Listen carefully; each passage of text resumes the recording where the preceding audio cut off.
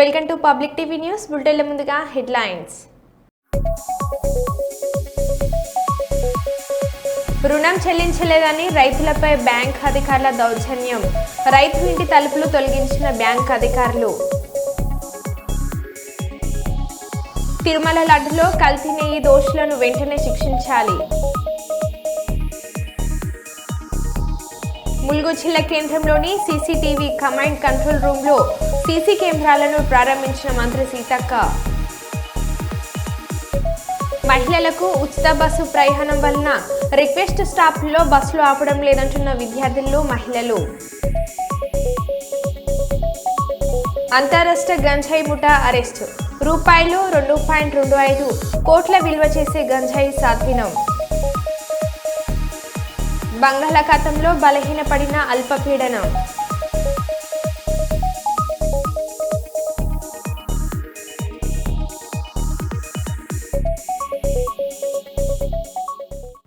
ఇక వివరాల్లోకి వెళ్తే, హన్మకొండ జిల్లా ఎల్కతుర్తి బస్టాండ్లో బస్సుల కోసం వందల సంఖ్యలో వేచి చూస్తున్న ప్రయాణికులు, మహిళలు. ఉచిత బస్సు ప్రయాణం వలన రిక్వెస్ట్ స్టాపుల్లో బస్సులు ఆపడం లేదంటున్న విద్యార్థినులు, మహిళలు. కిక్కిరిసిపోతున్న బస్సులు, తోపులాటలో బస్సులు ఎక్కుతున్న విద్యార్థులు.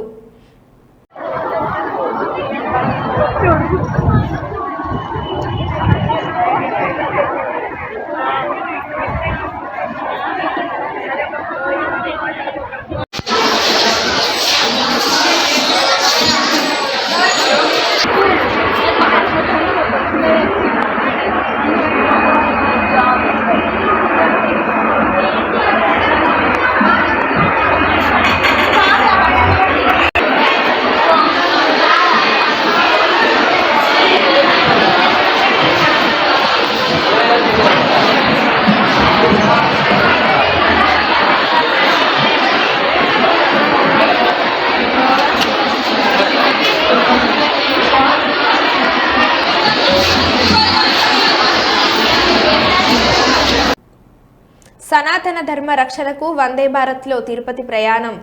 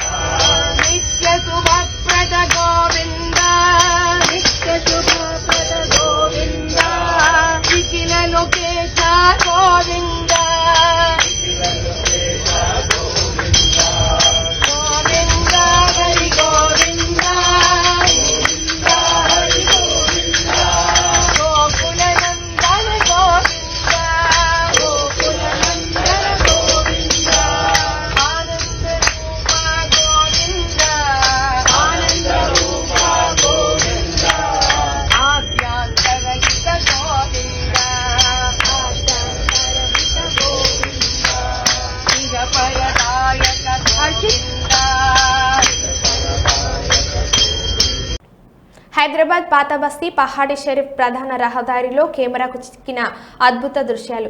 ఏమైంది సమాజానికి అంటూ తిట్టుకుంటున్న ప్రజలు. అమ్మాయిలు, అబ్బాయిలు ఇంటి నుండి బయటకు వెళ్తే తల్లిదండ్రులు ఎందుకు పట్టించుకోవడం లేదని ఆగ్రహం వ్యక్తం చేస్తున్నారు.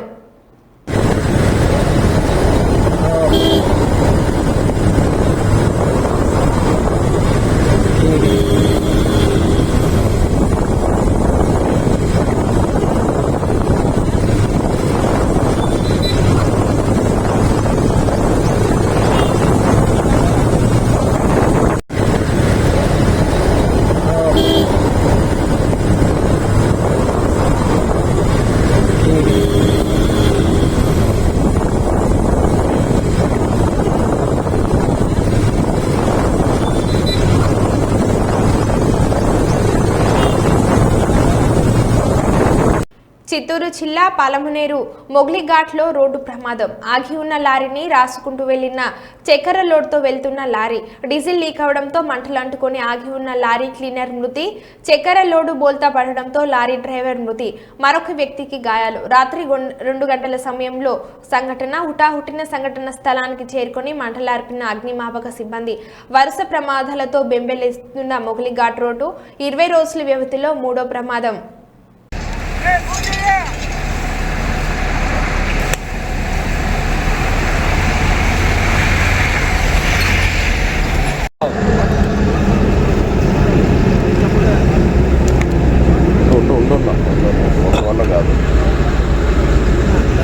కర్నూలు నగరంలోని పాత బస్తీ నందు గల గడియారం హాస్పిటల్లో కురిసిన వర్షానికి గడియారం హాస్పిటల్లోకి ఒక నదిలా మరుగునీరు ప్రవహిస్తున్నా పట్టించుకునే నాథుడే లేదని సిపిఎం పార్టీ నగర కార్యదర్శి వర్గ సభ్యులు MFT Farooq K Ramakrishna, CPM party నగర నాయకులు ఎస్డి కాజా పాషా, మహబూబ్ పాషా తదితరులు కలిసి గడియారం హాస్పిటల్లో పర్యటించారు. ఇప్పటికైనా తక్షణమే నూతనంగా ఏర్పడిన ప్రభుత్వం అధికారులపై ఒత్తిడి పెంచి గడియారం హాస్పిటల్ అభివృద్ధిపై సమీక్ష సమావేశం నిర్వహించి డాక్టర్లను, నర్సులను, సిబ్బందులను నియమించి మౌలిక వసతులు కల్పించాలని, లేని పక్షంలో సిపిఎం పార్టీగా రాబోయే కాలంలో ప్రజలను సమీకరించి పెద్ద ఎత్తున పోరాటం చేసి ఈ ప్రభుత్వాన్ని ముద్దాయిగా నిలబెడతామని వారు హెచ్చరించారు.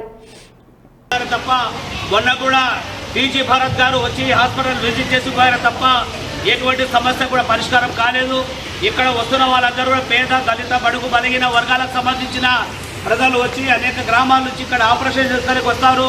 ఇక్కడ వచ్చి ఆపరేషన్ చేసే వాళ్ళకి ఈరోజు ఎటువంటి సౌకర్యం కల్పించకపోగా వర్షాలు వానలు వచ్చినప్పుడు ఈ రకంగా గలీజీలు మొత్తం రూమ్లో వచ్చి పేషెంట్లు నివసించే ప్రాంతాల్లో ఆపరేషన్ చేసిన అక్కడ చోట కూడా ఈ యొక్క మురికి నీరు ఆ రకంగా రావడంతో ఏదైనా పేషెంట్లకు ఇన్ఫెక్షన్ అవుతే ఎవరు బాధ్యత వహిస్తారు, ఎవరు ఆ రకంగా సమాధానం చెప్తారు, ప్రజలకు ఏమైనా జరిగితే ఎవరు బాధ్యత తీసుకోవాలని చెప్పేసి సిపిఎం పార్టీగా మేము ప్రశ్నిస్తూ ఉన్నాం. ఇప్పటికైనా కర్నూలు నగరంలో ఉండే ప్రజాప్రతినిధులు కానీ, మినిస్టర్ కానీ, కలెక్టర్ కానీ, కమిషనర్ కానీ, డిఎంఎండ్హెచ్ఓ సంబంధించిన అధికారులు కానీ తక్షణమే సమావేశపరిచి ఈ యొక్క గడియారం హాస్పిటల్ అభివృద్ధి కోసం తక్షణ పనులు చేయాలి. అదేవిధంగా డాక్టర్లు, సిబ్బంది, నర్సులు లేక కూడా ఈ యొక్క హాస్పిటల్ తల్లిదండ్రులైన అనాథగా మారింది. తక్షణమే ఈ సమస్యల పరిష్కారం కోసం నూతనంగా వచ్చిన ప్రభుత్వం చర్యలు తీసుకోవాలని చెప్పి సిపిఎం పార్టీగా మేము డిమాండ్ చేస్తూ ఉన్నాం.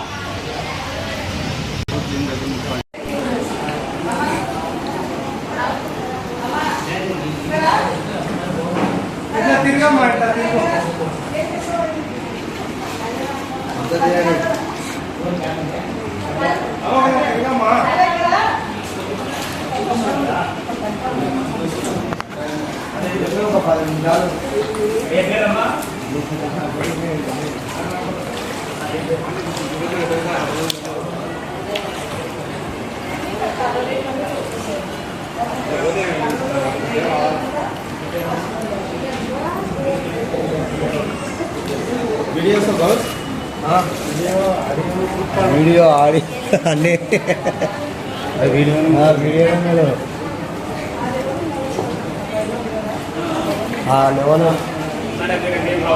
నీళ్ళు బాబు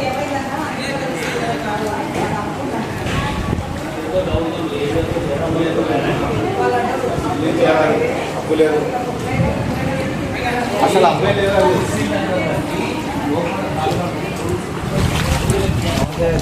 టోపీ పెడితే ఎవరు అనుకుంటున్నా జలుబు చేసింది కదా ఇంకా పొండి లేక మీరు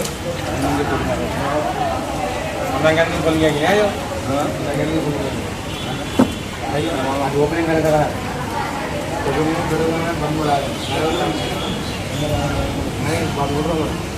ఆటో రూపాయి దిగింది అది మైక్ మీద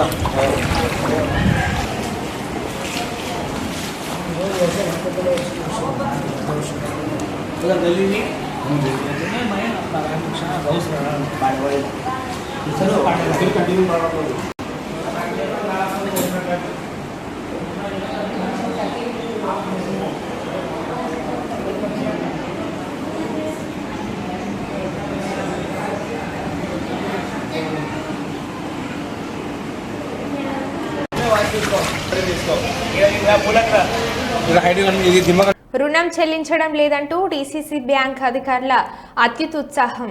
నెన్నెల మండలం నేతకాని వాడకి చెందిన గట్టు శివలింగయ్య 3 లక్షల రుణం తీసుకొని రుణం తిరిగి చెల్లించకపోవడంతో ఇంటి తలుపులు తీసి బయటపెట్టిన రికవరీ అధికారులు. ఇరువురి మధ్య వాగ్వాదం చోటు చేసుకోవడంతో తిరిగి వెళ్లిన అధికారులు అదే నువ్వు పీకిన కదా పట్టుకపో, నువ్వు పట్టుకపో అంతే. పట్టుకపో సపోర్ట్ కాదన్నా, కడదామే కడదాం కదా, కడదాం కదా. కట్టాంది అయితే మీరు ఊరుకోరు కదా, కట్టాంది అయితే మీరు ఊరుకోరు కదా. వడ్డీతో సహవాసులు చెప్తారు. అదే అన్న, అదే అన్న, అదే అన్న, అదే వడ్డీతో సహా వసూలు చేస్తారా? విడిచిపెడతారా? విడిచిపెడతారా? నా దాని కూడా చెప్పావు. మీరు క్వశ్చన్ నాకు ఆన్సర్ లేదు. 1 లక్ష రూపాయలు మీరు నాకు 1 లక్ష రూపాయలు ఇచ్చింది, నేను ఇస్తా అనుకుంటుంటా. చెప్పండి, మీరు వడ్డీ అయితే విడిచిపెట్టారు కదా, వడ్డీ అయితే విడిచిపెట్టారు కదా.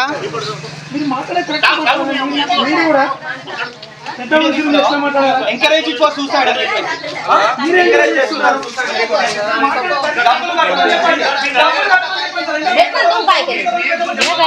తిడతాను నైరావా ఫోన్ బోలొచ్చు దవన అక్కడ ఏదల్లా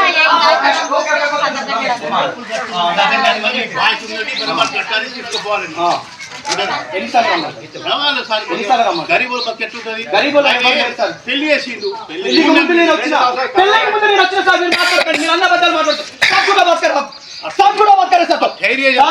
ముందు నేను రాలేదా? ఈ పెద్ద మనుషులు అడుగుదా? పెళ్లికి ముందు నేను వచ్చాను. నాకు ఆన్సర్స్ కావాలి. ఊర్లో పెద్ద మనుషులు ఉంచలే, నాకు సమాధానం కావాలి. ఫస్ట్ అది చెప్పండి. ఇక్కడ పెద్ద మనుషులు ఉన్నారు, ఆయన పంచాయతీ చేసిండ్రు, ఆయన అడుగుదాం. పెళ్లికి ముందు నేను రాలేదు సార్.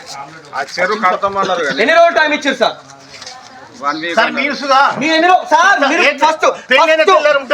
ఎవరు సార్? పెళ్లి కాకముందు ఏం చేసిర్రు సార్? పెళ్లి కాకముందు ఏం చేసిర్రు? పెళ్లి కాకముందు ఏం చేసిర్రు? పైసలు తీసుకొస్తా అని చెప్పిన ఆ లోపలనే నేను బయటకు వెళ్ళిన తర్వాత వాళ్ళు హఠాత్తుగా నా ఇంట్లో ఉన్న తలుపు డోర్లు తీసి స్క్రూలు ఇప్పి డోర్ తీసి ఇంట్లోకి పోయి వాళ్ళు వెళ్ళడం జరిగింది. మరి నానా బీభత్సవం సృష్టించి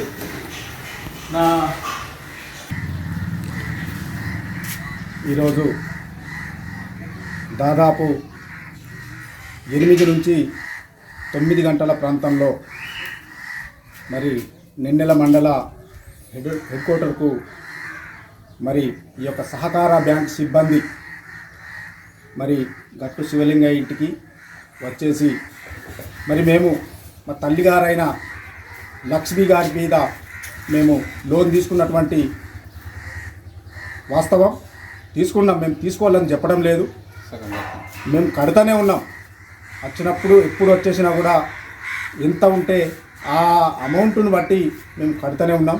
అయినప్పటికీ కూడా ఈ యొక్క సహకార బ్యాంకు సిబ్బంది ఎవరో ఒకరు ఫాల్త్గాడు ఆదిలాబాద్ నుంచి వచ్చినట వాడేమన్నా ఆఫీసరా లేకపోతే ఒక రౌడీలాగా ఒక చెలామణి చేస్తూ ఈ యొక్క మొన్ననే కట్టి ఇంట్లో గృహప్రవేశం చేసినటువంటి ఇంటిని మొత్తము డోర్లు ఒక రౌడీలాగా దొంగలాగా వ్యవహరిస్తూ మరి నట్లు ఊడదీసి ఈ యొక్క డోర్లను బయటకి తీయడం అనేటువంటిది ఒక సహకార సంఘం వారి యొక్క అధికారులకు శోచనీయం అని చెప్పేసి కూడా నేను ఒక దళిత సంఘం నుంచి నేను తీవ్రంగా ఖండిస్తూ ఉన్నా. ఎవరైనా కూడా ఈరోజు ఆ ఫాల్త్ గాని కూడా చెప్తున్నా, ఎక్కడ కూడా అప్పు లేడా వాడు, ఎవరు లేకుంటున్నారు. ఒక్కొక్కడు కోట్ల కొద్ది ముంచిన వాళ్ళు సహకార బ్యాంకులను ముంచిన వాళ్ళు ఉన్నారు, సరస్వతి గ్రామీణ బ్యాంకులను ముంచిన వాళ్ళు ఉన్నారు, దక్కన్ గ్రామీణ బ్యాంకులను ముంచిన వాళ్ళు ఉన్నారు. మేము ఒక రైతులమండి, ఆలోచన చేయాలి. మేము మీకు అప్పు లేదని మేము ఎప్పుడు కూడా అనలేదు. మేము అప్పు లేదు అని అంటే మీ ఉద్యోగరీత్యా మీ దానికి మేము శిరస వహిస్తాం, మీ ఉద్యోగానికి మేము శిరస వహిస్తాం. మీరు ఏమైనా కూడా చెయ్యొచ్చు. మీరు మీ రూల్స్ ప్రకారంగా పోతే మేము మీకు తల వంచి మేము మీకు పాదాభివందనం చేస్తాం తప్ప మీకు ఉద్యోగం ఉండదని, మేము మీ సహకార బ్యాంకులో అప్పు ఉండదని మీరు ఇష్టారీతిగా గిట్ట ఏమైనా ఒక్కసారి ఆ ఆదిలాబాద్ ఆయన పేరేందో నాకు తెలియదు, కానీ నేను ఉంటే నీ గుడ్డలి కొట్టేటోని బిడ్డ, నువ్వు జాగ్రత్త. నీకు దమ్ముంటే నేను అంటున్నా, నీకు సవాల్ చేస్తా ఉన్నా. నేను నీకు అప్పు ఉన్నది నిజం, తీసుకో. కానీ ఇండ్ల మీద దాడి చేయడం అనేటువంటిది నీకు ఎవరు చెప్పిండ్రా భయాన్ని నేను అడుగుతా ఉన్నా. నీవు ఇంకోసారి ఇదే గనక జరిగితే బిడ్డ నీకు బీపీ ఉండొచ్చు, నీకు బీపీ లేవచ్చు కానీ ఇక్కడ ఉన్నోళ్ళకు మాట్లాడేటోళ్ళకు 24 గంటలు బీపీ రేసులనే ఉంటుంది. నువ్వు గుర్తుపెట్టుకో దాన్ని. మేము రైతులం, మమ్మల్ని నువ్వు ఇబ్బంది పెట్టక మేము కడతాం. మేము లేదంటే నీ చట్టం నువ్వు ఏ విధంగా చేస్తావో మేము దానికి శిరస వహిస్తాం. నీకు రూపాయి పోకుండా మేము కడతాం. కట్టుకుంటూ వచ్చినా కూడా ఈరోజు మీరు అనుకోకుండా వచ్చి ఈ విధంగా దాడి చేస్తే మేము సమాజంలో మేము తిరిగే వాళ్ళం. మాకు ఎంతో కొంత గౌరవం ఉంది. మాకు ఈరోజు విలువ పోతే నువ్వు విలువ తీసుకొచ్చి ఇస్తావా? రేపు అదేవిధంగా దీన్ని చూసే ప్రతి ఒక్కరు కూడా దయచేసి, వీడియో చూసే ప్రతి ఒక్కరు కూడా మీరు దయచేసి మీకు 2 చేతులతో నమస్కారం చేస్తూ ఉన్నా. మీరు ఆలోచన చేయండి. ఈ యొక్క దౌర్జన్యాన్ని, ఈ యొక్క దాడిని, సహకార బ్యాంకు వాళ్ళ దాడిని మరి ఈరోజు మా అన్నగారు అదే సందర్భంలో మానసికంగా కృంగిపోయి ఏదన్నా అఘాయిత్యం చేసుకొని ఏమైనా ఉంటే మరి వాళ్ళు తిరిగే వాళ్ళ డబ్బులు ఎవరు చెల్లించాలి? మరి పోయే ప్రాణానికి ఎవడు గ్యారెంటీ రా భయ అని ఆదిలాబాద్ నుంచి వచ్చినోని నేను అడుగుతా ఉన్నా. ఈరోజు అదే మానసికంగా కృంగిపోలేదు కాబట్టి నీకు అవకాశం ఇచ్చిండు. అదే నా లాంటి మొండోడైతే గుర్తుప పట్టుకో, నీ తల పలగ దెంగిటోడు. బిడ్డ నువ్వు గుర్తుపెట్టుకో, నీ గుద్దంత పలగ దెంగుతావు. నువ్వేందో అనుకుంటున్నావు, నేను ఇది సవాల్ చేస్తా ఉన్నా. ఇటువంటి పనులు నువ్వు మానేయి. సీఎంసీ స్థలం బయ్యారం గ్రామానికి చెందకుండా కొంతమంది స్వార్థపరులు కాచేయాలని చూస్తున్న క్రమంలో అఖిలపక్ష పార్టీలు ఈరోజు నిరసన కార్యక్రమంకు పిలుపునిచ్చారు. ఈ కార్యక్రమం తీసుకున్న అఖిలపక్ష నాయకులను మరియు బుక్యారవి నాయక్ గారిని అరెస్ట్ చేయడం దుర్మార్గం. ఎప్పుడూ లేని విధంగా పోలీసులు 10ల సంఖ్యలో ఇతర ప్రాంతాల నుండి బయ్యారం మొత్తాన్ని చుట్టుముట్టి అరెస్ట్ చేయడాన్ని తీవ్రంగా ఖండించండి. అరెస్ట్ చేసిన వారిని బేషరతుగా విడుదల చేయండి అని డిమాండ్ చేస్తున్నామని అన్నారు.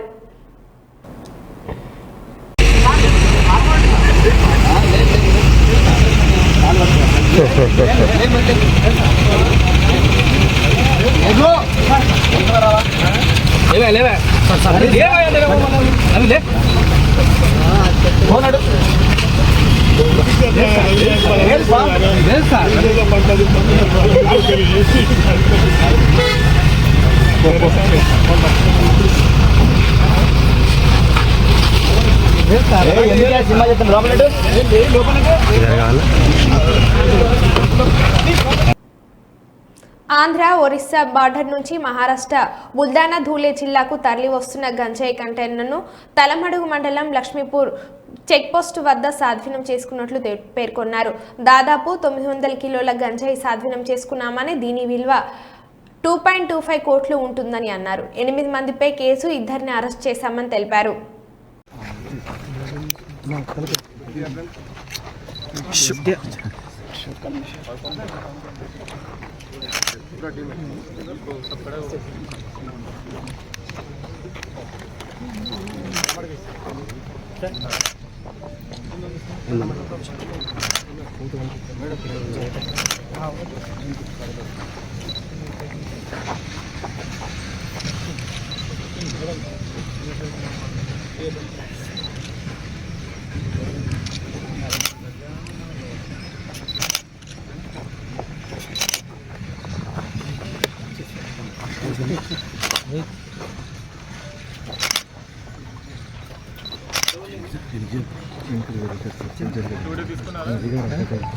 లాస్ట్ 5 years ఇంత పెద్ద సీజన్ జరగలేదు ఆదిలాబాద్.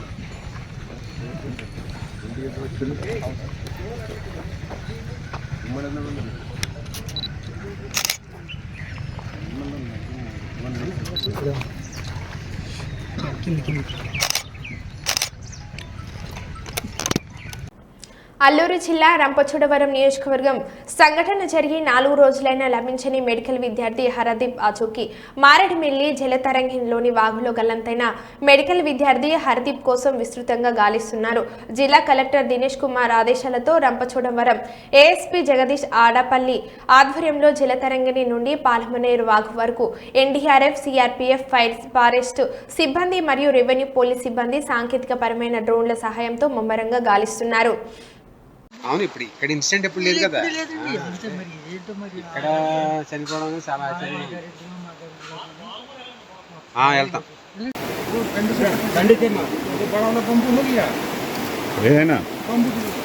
బాంబు స్టిక్ ఒకటి సన్నది, అంత బండ కాకుండా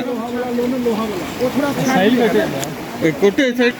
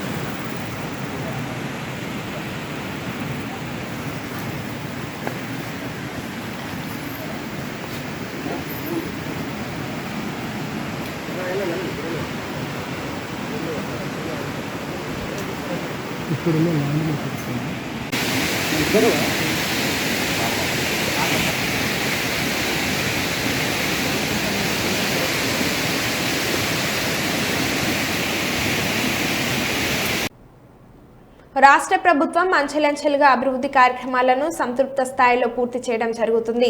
రాష్ట్ర రవాణా మరియు యువజన క్రీడా శాఖ మంత్రి మండిపల్లి రాంప్రసాద్ రెడ్డి తెలిపారు. కడప జిల్లా పరిషత్ ప్రాంగణంలో 454.50 లక్షల జెడ్పీ నిధులతో నిర్మించిన షాపింగ్ కాంప్లెక్స్ కి రాష్ట్ర రవాణా మరియు యువజన క్రీడా శాఖ మంత్రి మండిపల్లి రాంప్రసాద్ రెడ్డి ప్రారంభోత్సవం చేశారు. ఈ కార్యక్రమానికి మంత్రితో పాటు జిల్లా collector Shivashankar Lotheti, ZP chairperson Jyeshtha Sharada, Kadapa Kamalapuram ఎమ్మెల్యేలు ఆర్ మాధవిరెడ్డి, పుత్త చైతన్య రెడ్డి హాజరుపరిచారు. ఈ కార్యక్రమంలో ZP CEO Sudhakar Reddy, TDP political bureau సభ్యులు ఆర్ శ్రీనివాస్ రెడ్డి, స్థానిక నాయకులు, పలువురు జిల్లా అధికారులు, జెడ్పీ సిబ్బంది తదితరులు పాల్గొన్నారు.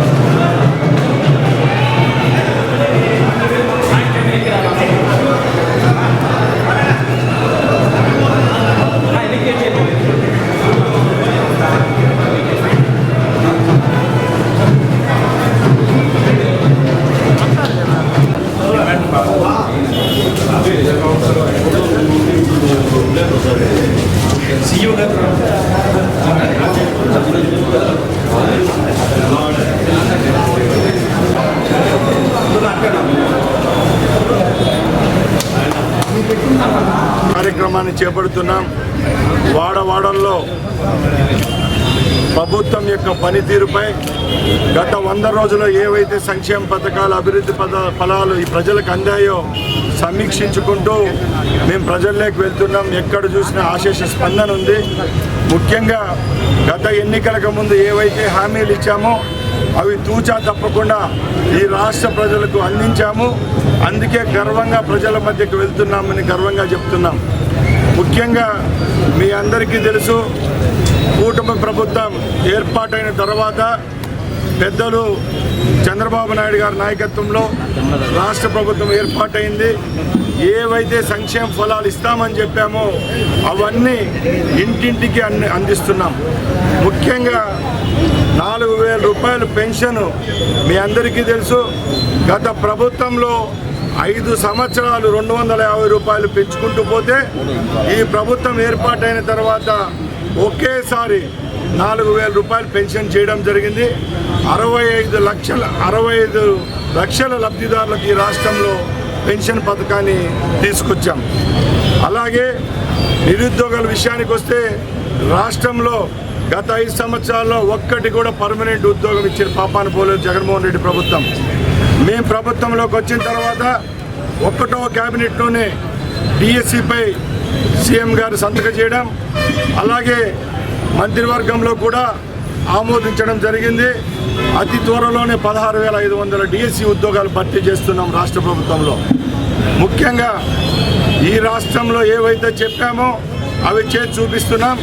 అలాగే అన్నా క్యాంటీన్ల విషయానికి వస్తే మీ అందరికీ చెప్పాలా, రాష్ట్రంలో లక్షలాది మంది పేదవాళ్లకు కడుపు నిండా పెట్టే అన్నా క్యాంటీన్ పథకాన్ని 2019లో జగన్మోహన్ రెడ్డి ముఖ్యమంత్రి అయిన తర్వాత రద్దు చేయడం జరిగింది. మేము ఏదైతే చెప్పామో అదేవిధంగా 2 విడతల్లో సుమారు 170 అన్నా క్యాంటీన్లు ప్రారంభించాం. పేదలకు 5 రూపాయలకే నాణ్యమైన భోజన సౌకర్యం కల్పిస్తున్నాం. అలాగే ముఖ్యంగా ఒకటి చెప్పాలి, మొన్న విజయవాడలో వరదలు వస్తే 74 సంవత్సరాల ముఖ్యమంత్రి ఆయన వయసును కూడా లెక్క చేయకుండా 12 రోజులు శ్రమించి రాష్ట్రంలో ఉన్న మంత్రివర్గాన్ని అయితేనే ఎమ్మెల్యేలు అయితేనే ఐఏఎస్ ఐపీఎస్ ఆఫీసర్లందరినీ మోహరించి విజయవాడను యథాస్థితికి తీసుకొచ్చిన ఘనత చంద్రబాబు నాయుడు గారికి దక్కుతుంది. మరో బులెటిన్లో మళ్ళీ కలుద్దాం. Stay tune.